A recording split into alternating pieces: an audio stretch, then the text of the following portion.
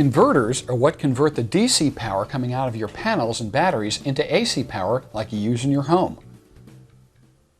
We're going to learn about the two primary types of inverters that we would use in battery backed up systems. The first is a modified sine wave, and the other is a pure sine wave inverter. The modified sine wave is less expensive, it's for non-critical applications, and it's very efficient. And the pure sine wave is a little bit more expensive. It produces totally clean AC power, and it's going to be used for critical applications like televisions, radios, computers, but it's slightly less efficient.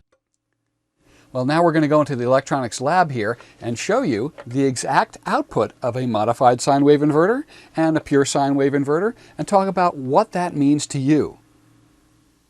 The sine wave inverter puts out a nice smooth waveform changing from plus to minus through that center 0 volt point, giving us nice clean power in what we call a sine wave. Here's the output of the modified sine wave inverter. You can see that it goes from plus on the top to minus on the bottom very abruptly, going through that center line. The center horizontal line of the screen is 0 volts. So it makes a very abrupt change from plus to minus. And it is still AC, being that it changes polarity, but it happens very quickly. And this is what we call more of a square wave type of output. Power from the power company is pure AC, similar to what we saw coming out of the pure sine wave inverter. Appliances like radios, stereos, amplifiers, multimedia systems, especially big screen TVs, most tower-style PCs, and refrigerators, freezers, dehumidifiers, anything with a motor compressor in it. These motors are designed to operate on pure AC and require that to actually start the motor into motion. Modified sine wave, also called modified square wave inverters, are less expensive, more efficient, and are useful for many applications. Laptop power supplies, and especially high-efficiency screw-in fluorescent bulbs, and almost all of the power adapters and wall wart type of adapters you can use will work fine on a modified sine wave inverter. Now, in many battery systems, you could use two different inverters at the same time. On this system, we've got a small 300-watt square wave inverter down here that's being used for lighting and non-critical applications. It's very efficient. And then a larger sine wave inverter above it to produce nice clean power for the computer and the big screen television.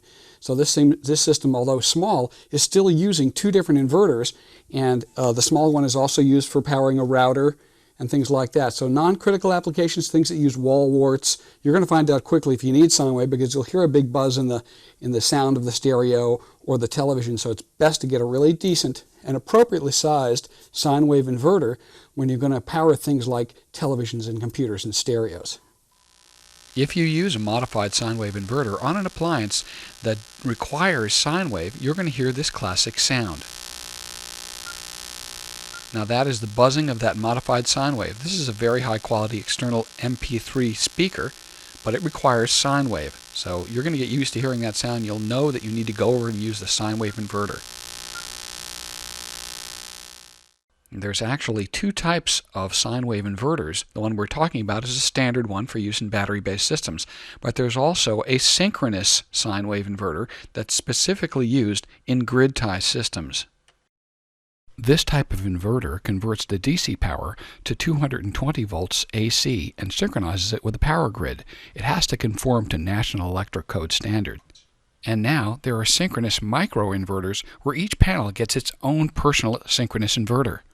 One important feature of both of these types of synchronous inverters is that they disconnect your system from the main power grid if the main power grid goes down, so that linemen working on the lines don't get hurt. Remember, grid tie inverters are much more expensive for the same amount of wattage, and you're going to need it professionally installed because the utility company will need to sign off on it via an inspection before it's used. You're going to see a wide variation in the cost of inverters across the board. In the modified sine wave area, you're going to see a bunch of lower priced inverters and then an upper tier where quality does improve. So you can make a choice there. The lower priced ones tend to work all right. When you get to pure sine wave inverters, then you're going to see a very broad variation in the price up to really high prices. Remember that converting lower voltage DC into 115 volt household AC current is a difficult job, electronically speaking. So to do it really correctly requires some very sophisticated circuitry. That's why you're going to see these higher prices. But you get what you pay for in this area, and if you or your customer want to not worry about it for years and years and years and be sure that you've got an item that's producing crystal clean AC power, actually superior to what you get off the power line, then go for the better quality sine wave inverter. How do you determine what size inverter to get? That's going to be based on your overall system size and what are you going to power. Now, many of us designing systems come at it with budgetary restraints. Most systems overall provide less than the user needs because of being limited by a maximum budget. So let's start our inverter selection decision process. Number one, determine the maximum budget, including the 30% tax credit discounts in the U.S. and any other rebates. So we come up with a bottom line idea of how much are we going to spend on this system. Number two, expect to spend 50% or less if you can get a really good deal like $2 a watt or less on your photovoltaic panels themselves, and we use this in our next calculation. And number three, your ceiling for inverters then is about 15% of the budget, or more if you got a really good deal on the photovoltaic panels. First, we're going to calculate the maximum power available from our batteries. Number one, we make the estimate of your PV system size by taking 50% of the budget we thought about and go out and find the best value in panels you can get and add up all the wattage of those panels. And this is going to give you a general idea of what your PV system's overall size will be in kilowatts. 500 watts, a kilowatt, 2 kilowatts. So three, we take the total output in watts and multiply it by 25 because this is going to be the size of your battery bank in amp hours. So now we've got a number coming up here. Take that number and divide it by 4 because this is the maximum amount of current draw we can take from those batteries, a quarter of their total capacity. Let's keep in mind that this number is the absolute maximum power your batteries can safely deliver without really damaging the batteries, 1/4 of their total capacity. And now we're going to calculate your appliance demand. What are the things that you really want to try to power? You want to have an inverter that's no larger than your expected needs because the standby power draw goes up with the size of the inverter. In other words, when the inverter's sitting there turned on, ready to be used, it draws a little bit of power. And so we don't want it to be too much larger than we really need for the job because it'll waste a little bit of power. Don't waste power. Size the inverter correctly. Let's try to estimate what our power budget really is. I'm going to show you a system that I'm calculating right now. So we've got a refrigerator, an HDTV, and a lighting system. First, we know the fridge draws 500 watts from the plate. We look on the back of it and check that out. And it does it for about a quarter of the day because that compressor comes on and off. We've sat there and saw that, it comes on about a quarter of the time. So that's 500 watts times 6 hours, 1/4 of the day, or 6 hours out of a 24-hour day, equals 3,000 watt hours. It's as if it used 3,000 watts for 1 hour, but the total amount of power in the bucket that it uses is 500 watts for 6 hours of the day, equaling 3,000 watt hours. The HDTV, 200 watts for about 4 hours in the evening, so 200 times 4 hours is 800 watt hours.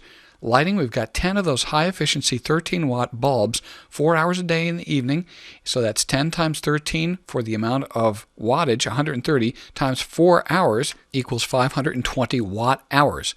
So when we add those up, 3,000 watt hours plus 800 watt hours plus 520 watt hours, we're going to use 4,320 watt hours a day.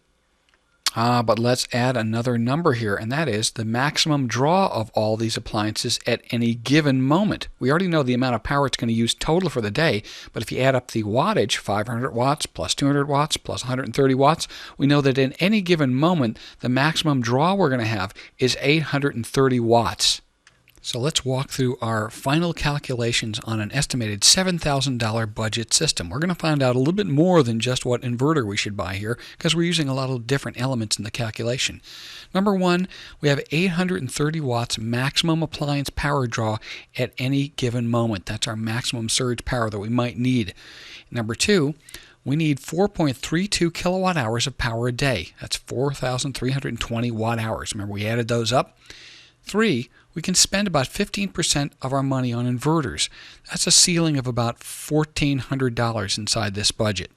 For $3,500, that's 50% of our budget, buys about 875 watts of photovoltaic panels at $4 a watt. Now, you might be able to do a little bit better than this. Well, I know you can get them for $4 a watt. Number 5, the battery bank's going to be about 25 times that 875 watts for a total of 21,875 watts total power in the battery bank. That means we can draw 5,468 watts continuously from the batteries maximum. That's 1/4 of their full power without damaging them. Now you need to know there's been good news. Due to competition in the international market for PV panels, the price has been dropping, and panels can be bought for as little as $1 a watt or less. This reduces the percentage of your budget spent on the panels themselves. So look for deals on B-grade scratch and dent panels from the major manufacturers. So in our final calculation, number 1, we know we have enough battery capacity to power our appliances now because we have an 830 watt maximum draw at any given time. Number 2, we would like a powerful enough top quality sine wave inverter, the best quality one we can get that'll do the job. With $1,400 max to spend in our budget, 15% of the $7,000, we can easily get a top quality 2,000 watt sine wave unit. And in that $1,400 budget, we could probably add another 1,000 watt modified sine wave inverter as well. They're inexpensive and you can use them for lighting and non-critical applications. And remember our formula, 6 watts of photovoltaic power produces 1 kilowatt hour per month of energy. Well, with our 875 watt array, divide that by 6, that's 146 kilowatt hours a month produced, or 4.86 kilowatt hours a day. With our calculated budget of 4.32 kilowatt hours per day needed, we're going to have enough power to not only power our appliances, but power them every day from this system. And if those numbers didn't work, we might have to move up our budget or down our budget till it fits. Here's an inverter hit point. Remember to order the inverters with the correct input voltage, and that is the voltage of your battery bank, 12 volts, 24 volts, or 48 volts. Here's a real-world insight. You'll go ahead and design your system with your budget and your load and get an appropriately sized inverter. But in the end, due to some system variables like how much sun you're going to get a day and other things, you're going to find out how much your system can actually power. You may get a little bit less or a little bit more, but you're going to find out exactly how much it can power once the system is completely assembled. If you bought a very large inverter or a more deluxe inverter, it may have one of these 2 extra features. The first one is sleep mode, and this is where the inverter goes into a hibernation, sort of like a laptop might, and it is for the same reasons, to save energy. So if the inverter is turned on but it is not being used, then it goes into hibernation and it will come back on if you plug something into it. And the other thing is that some of the larger inverters have built-in AC mains battery chargers, and that means that you can plug an AC cable into your inverter and have it charge your battery bank.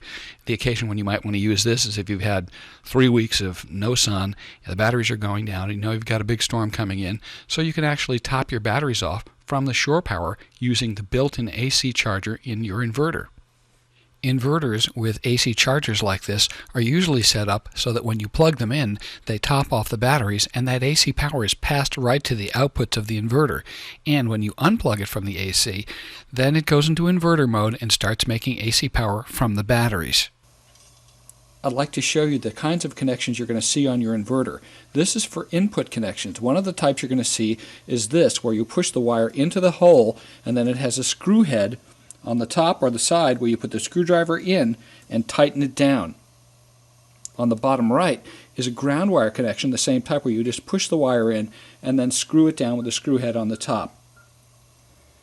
The other type you're going to see is going to be a type that has either a screw head or a nut and bolt connection, where you need to put a lug on the end of your wire, your input connection wires.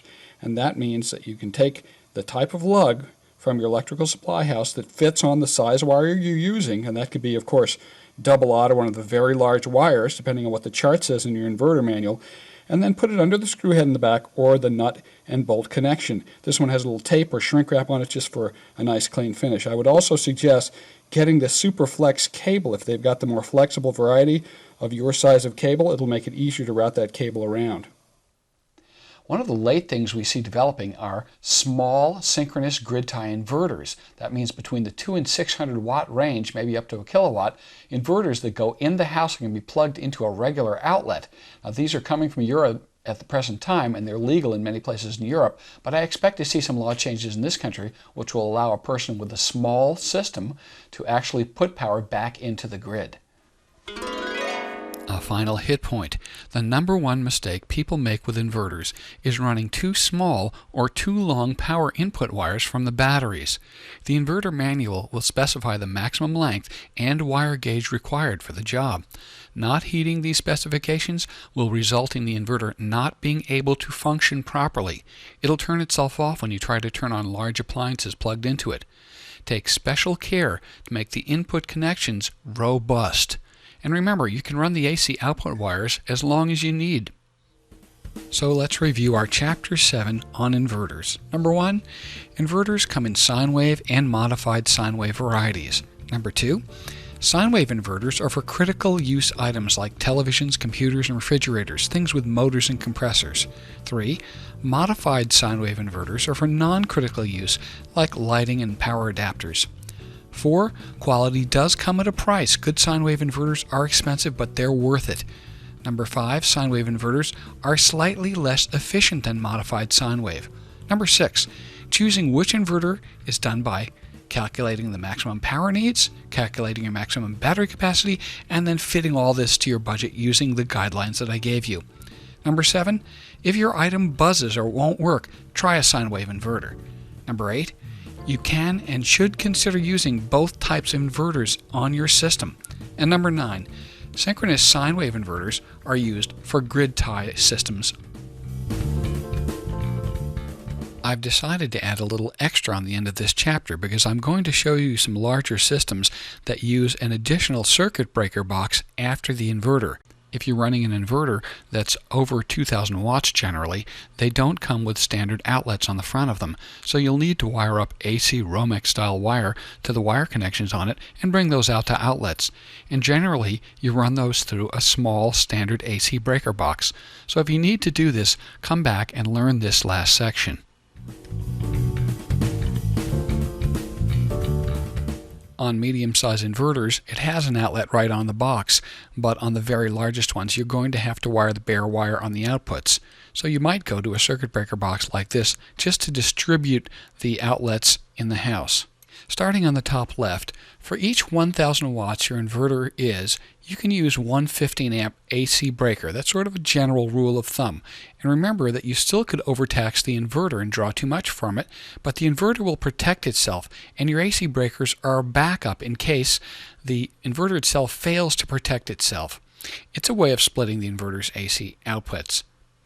Now, if we had a 4,000 watt inverter, a large commercial one, we might be using about 3 15 amp breakers as our service outlets, and we get a box that has the capability of handling 3 or 4 breakers. You don't have to put in 4, we'll put in 3, and we're using a demonstration of a box that does not have a master breaker.